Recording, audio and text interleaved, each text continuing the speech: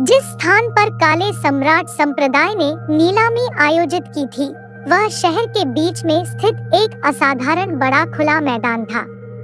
भले ही यह मामला था, काले सम्राट संप्रदाय ने इस नीलामी के आकर्षण को कुछ कम करके आका था।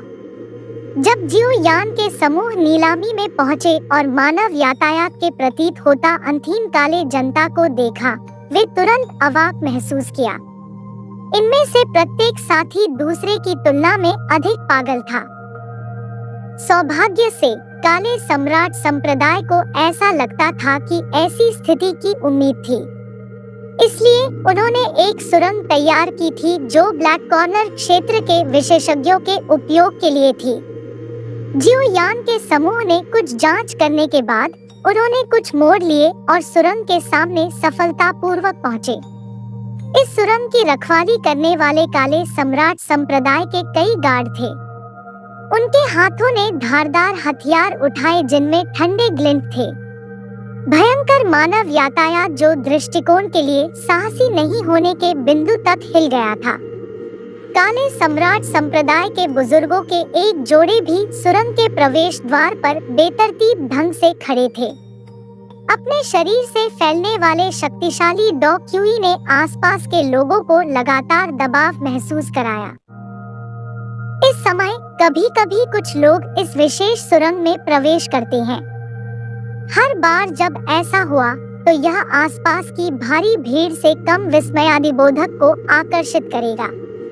जो लोग इस स्थान से प्रवेश करने में सक्षम थे, वे ज्यादातर वे विशेषज्ञ और गुट थे जिनकी ब्लैक कॉर्नर क्षेत्र के भीतर बड़ी प्रतिष्ठा थी। ये महान लोग वे थे जिन्हें ब्लैक कॉर्नर क्षेत्र के भीतर के आम लोगों को देखने में कठिनाई हुई थी। काले सम्राट संप्रदाय के वे कुछ बुजुर्ग मुस्कुराएंगे और उन विस्मयादिबोधक के बीच आगे आएंगे। वे साहसपूर्वक प्रत्येक समूह को सुरंग में प्रवेश करने के लिए आमंत्रित करेंगे। जियो यान का 3 आदमी समूह धीरे धीरे कई गज के सामने सीढ़ियों पर चढ़ गया, जिसके बाद उन्होंने कसकर संरक्षित सुरंग के प्रवेश द्वार तक अपना रास्ता बना लिया। इन 3 विदेशी आंकड़ों पर चारों ओर कई गज नजर आए। उनमें से 2 पूरी तरह से बड़े काले वस्त्र में लिपटे हुए थे, यहाँ तक कि उनके शरीर का समोच्च भी बागे की छाया की आड़ में प्रकट नहीं हुआ था। जिस व्यक्ति ने तीनों के बीच सबसे बड़ा ध्यान आकर्षित किया, वह बर्फ के सफेद बालों वाला सफेद कपड़े वाला लिटिल फेरी डॉक्टर था। उसके असली आचरण ने काफी संख्या में लोगों की आंखों को रोशन करने का कारण बना। ये कुशल व्यक्ति कौन है? हमने उनके बारे में कभी क्यों नहीं सुना, मैं निश्चित नहीं हूँ। क्या वे ब्लैक कॉर्नर रीजन के बाहर से हैं? लिटिल फेरी डॉक्टर की उपस्थिति जो ब्लैक कॉर्नर क्षेत्र के लोगों के लिए बेहद विदेशी थी। तुरंत कई लोग कुछ अनिश्चितता के साथ निजी बातचीत में शामिल होने लगे। दरवाजे की रखवाली करने वाले 3 काले सम्राट संप्रदाय के बुजुर्गों ने उन तीनों की खोज की, जबकि हर कोई कुछ अनिश्चितता महसूस कर रहा था। उनके चेहरे बदल गए जब उन्होंने ठंड का सामना करते हुए सफेद कपड़े पहने लिटिल फेरी डॉक्टर को देखा। उन सभी ने जल्दबाजी में अपने चेहरे पर एक गर्म मुस्कान का खुलासा किया और समूह को बधाई देने के लिए आगे बढ़ गए। उनके तरीके से यह स्पष्ट था कि वे पहले से ही लिटिल फेरी डॉक्टर की ताकत के बारे में जानते थे। वे तब उस गोली शोधन तूफान में भी मौजूद थे। हरे वस्त्र में एक काले सम्राट संप्रदाय के बुजुर्ग ने जियो यान की ओर अपने हाथों को काट दिया और हंसे। जियो यान, जो पूरी तरह से एक काले बागे के नीचे छिपा हुआ था, बेतरतीब ढंग से इस बुजुर्ग को सिर हिलाया। उसने बेवजह जवाब नहीं दिया। एल्डर ने इस कुछ घृणित तरीके से थोड़ा सा असंतोष महसूस करने की हिम्मत नहीं की। एक कीमियागर की क्षमता जो एक उच्च ग्रेड टियर 6 औषधीय गोली को परिष्कृत कर सकती थी, वह उससे बहुत दूर थी। एक काला सम्राट संप्रदाय एल्डर जिसकी तुलना कर सकता था। इसके अलावा जियो यान की तरफ से बर्फठंडी आंखों वाला एक कुलीन डू जोंग था। कि कृपया अंदर आइए। जियो यान के साथ थोड़ा बातचीत करने और यह देखने के बाद कि दूसरी पार्टी को कोई दिलचस्पी नहीं थी, बड़ी चतुराई से एक मुस्कान के साथ बात जारी रखते हुए एक तरफ चले गए। बहुत बहुत धन्यवाद। जियो यान ने उस बुजुर्ग को अपना हाथ काट दिया। उन्होंने 2 अन्य लोगों को कुंद कर दिया और विशेष रूप से आरक्षित सुरंग में प्रवेश किया, जिसके बाद वे सभी की आंखों से गायब हो गए। वह महिला, उसकी आभा वास्तव में ठंडी है। मेरे शरीर के भीतर 2 क्यूई लगभग उसके पास खड़े रहते हुए परिसंचारी बंद कर दिया। वह वास्तव में एक कुलीन 2 जोंग होने के योग्य है। उस हरे भरे बुजुर्ग ने जियो यान के समूह को सुरंग के भीतर गायब होते देखने के बाद उसके चेहरे से ठंडे पसीने को रगड़ दिया। अंत में उन्होंने अपनी आवाज में कुछ सुस्त भय के साथ बात की। यान जियाओ वही व्यक्ति होना चाहिए जो उस समय औषधीय गोलियों का शोधन कर रहा था, है ना? कितना अप्रत्याशित। दरअसल इतनी कम उम्र में उनके पास ऐसी उपलब्धि है। उनकी तुलना में कनिष्ठ संप्रदाय का नेता भी थोड़ा हीन है। एक बुजुर्ग ने धीरे से आह भरी। मुझे सचमुच आश्चर्य है कि उनकी पृष्ठभूमि क्या है। हमने ब्लैक कॉर्नर क्षेत्र के भीतर इन 3 लोगों के बारे में कभी नहीं सुना है। एक अन्य बूढ़े व्यक्ति ने भौहें चढ़ा ली और बुदबुदाया। भूल जाओ, ये मामले वो नहीं है जिनके बारे में हमें सोचना चाहिए। हरे वस्त्र पहने बुजुर्ग ने अपना सिर हिलाया। इससे पहले कि उसकी नजर सुरंग पर पड़ी, उसने लोगों के एक और समूह को सामने आते देखा। आगे बढ़ते ही उसके चेहरे पर एक बार फिर मुस्कान आ गई। जियो यान का समूह मंद रोशनी वाली सुरंग से होकर गुजरा। कुछ मिनट बाद उनके सामने की जगह अचानक खुल गई और उन तीनों की नजरों के सामने एक बहुत बड़ा नीलामी मैदान दिखाई दिया। जब जियो यान ने नीलामी मैदान पर अज्ञात संख्या में घनी खचाखच भरी सीटों पर नजर डाली तो उसने अनजाने में अपनी जीभ चटकाई और प्रशंसा की। यह उनके जीवन में पहली बार था जब उन्होंने इस आकार की नीलामी देखी थी। इस जगह की तुलना में जियामा साम्राज्य में प्राइमर कबीले द्वारा की गई नीलामी एक छोटे प्राणी की किसी महान व्यक्ति से मुलाकात की तरह थी। उनके बारे में एक साथ बात भी नहीं की जा सकती थी। इस समय विशाल नीलामी मैदान काफी लोगों से खचाखच भरा हुआ था, इसलिए विभिन्न आवाजें एक साथ इकट्ठी हो गई, जो कुछ हद तक शोर भरी लग रही थी। वे तीनों सुरंग से बाहर निकले ही थे कि कुछ हद तक सुंदर और असामान्य रूप से कामुक कपड़े पहने महिला नौकर आगे आई। उसने आदरपूर्वक पूछा, 3 महोदय और मिस, क्या मैं जान सकती हूँ कि क्या आपके पास वीआईपी जेड प्लेट है? जियो यान की नजर इस महिला नौकर के कपड़ों पर पड़ी, जो लगभग कुछ भी न पहनने से अलग नहीं थे। उसे पता चला कि उसकी कुछ उजागर नग्नता को छिपाना मुश्किल था और वह स्तब्ध महसूस करने के अलावा कुछ नहीं कर सका। काला सम्राट संप्रदाय वास्तव में इस तरह की रणनीति का सहारा ले रहा था।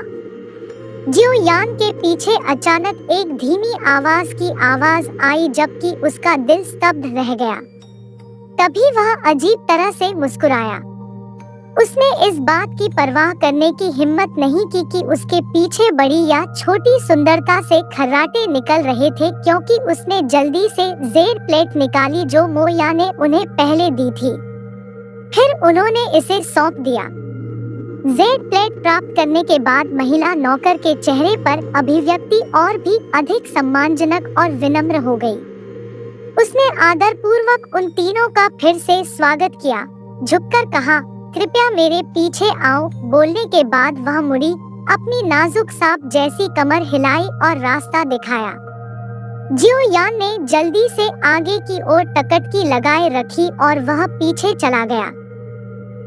उन तीनों ने महिला नौकर का पीछा किया और नीलामी मैदान के भीतर 1-2 बार घूमे। थोड़ी देर बाद वे अंततः नीलामी मैदान के सामने कहीं रुक गए, जिसके बाद वह झुकी और पीछे हट गई। नीलामी मैदान की अग्रिम पंक्ति कई बेहद छोटे कमरों से बनी थी। उनके निर्माण अद्वितीय थे, असाधारण रूप से शानदार दिखाई देते थे। जब कोई एक के भीतर बैठ जाता था तो पीछे से आने वाली तरह-तरह की आवाजें दूर होने लगती थी। जियो यान की आंखों ने आगे देखा और देखा कि उसे एक अच्छा दृश्य दिखाई दे रहा था। उसने नीलामी मैदान के विभिन्न कोनों को अपनी आंखों में समाहित कर लिया। जियो यान ने 2 अन्य लोगों को इस वीआईपी कमरे में बैठने का निर्देश दिया, जिसके बाद उन्होंने अपने शरीर को एक मुलायम और आरामदायक कुर्सी पर सिकोड़ लिया। उनकी नजर धीरे-धीरे कुछ अन्य वीआईपी सीटों पर पड़ी। इस वक्त काफी संख्या में लोग अपनी वीआईपी सीटों पर बैठे हुए थे। इसलिए जियो यान के समूह की उपस्थिति ने बहुत से लोगों का ध्यान आकर्षित किया। लिटिल फेरी डॉक्टर की अनूठी उपस्थिति स्वाभाविक रूप से अविस्मरणीय थी, इसलिए उसे एक नजर से ही पहचान लिया गया। बीच में काले कपड़े वाला व्यक्ति 2 दिन पहले का रहस्यमय कीमियागर होना चाहिए, है ना? मुझे आश्चर्य है कि उसकी पृष्ठभूमि क्या है। यदि ब्लैक कॉर्नर रीजन के पास इस स्तर का कोई कीमियागर है, तो संभव है कि हर कोई उसके बारे में पहले से ही जानता हो। फैंग यान ने गहरी आवाज में बात की। वह अपनी भौहें सिकोड़ते हुए एक वीआईपी सीट पर बैठा और उसने जियो यान की ओर देखा, जिसका पूरा शरीर एक काले लबादे में लिपटा हुआ था।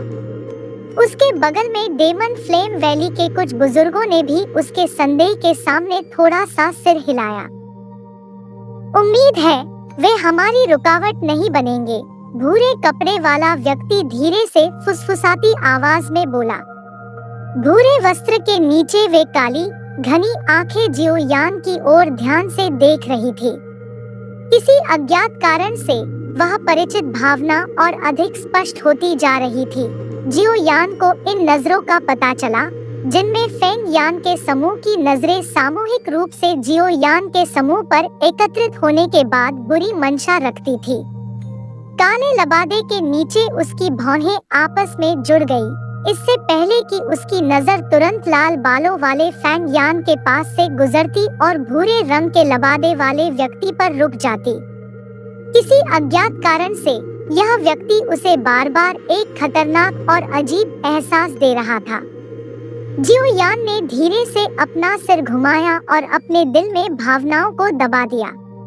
उसने अपनी आंखें बंद कर ली और आराम करने लगा और नीलामी शुरू होने का इंतजार करने लगा। जियो यान द्वारा अपनी आंखें बंद करने के कुछ देर बाद ही बड़ी संख्या में लोग नीलामी मैदान में प्रवेश करने लगे। आगे की वीआईपी सीटों पर अधिक से अधिक मानवीय आकृतियां दिखाई देने लगी। आधे घंटे के बाद लगभग सभी सीटें ले ली गई। सभी सीटें भर जाने के बाद जियो यान की आंखें काले वस्त्र की छाया में धीरे धीरे खुली। उन्होंने धीरे से आह भरी। ऐसा लगता है कि वास्तव में इस बोधिसत्व शारीरिक परिवर्तन लार से बहुत सारे विशेषज्ञ आकर्षित हुए हैं।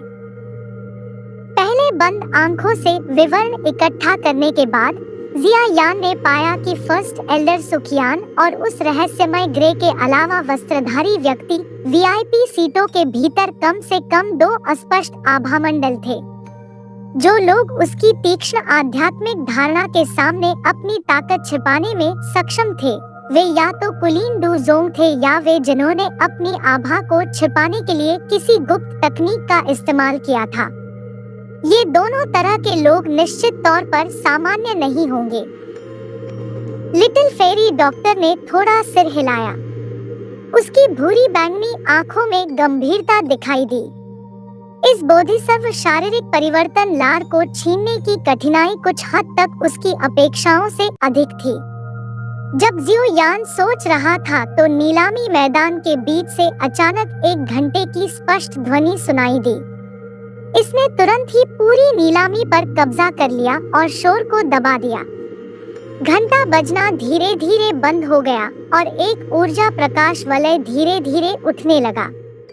आखिरकार उसने नीलामी की मेज को एक पिंजरे की तरह अपने अंदर बंद कर लिया। यह एक तरह का सुरक्षात्मक उपाय था। ब्लैक कॉर्नर क्षेत्र के अधिकांश लोग अराजक थे। नीलाम की गई वस्तुओं को लूटने जैसी घटना पहले भी घट चुकी है।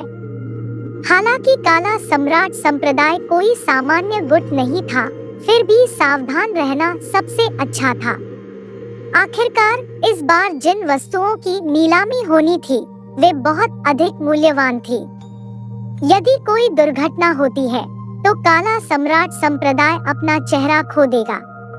जियो यान ने धीरे से सांस छोड़ी क्योंकि उसने उभरे हुए गोलाकार ऊर्जा वलय को देखा। आखिरकार यह शुरू होने वाला था।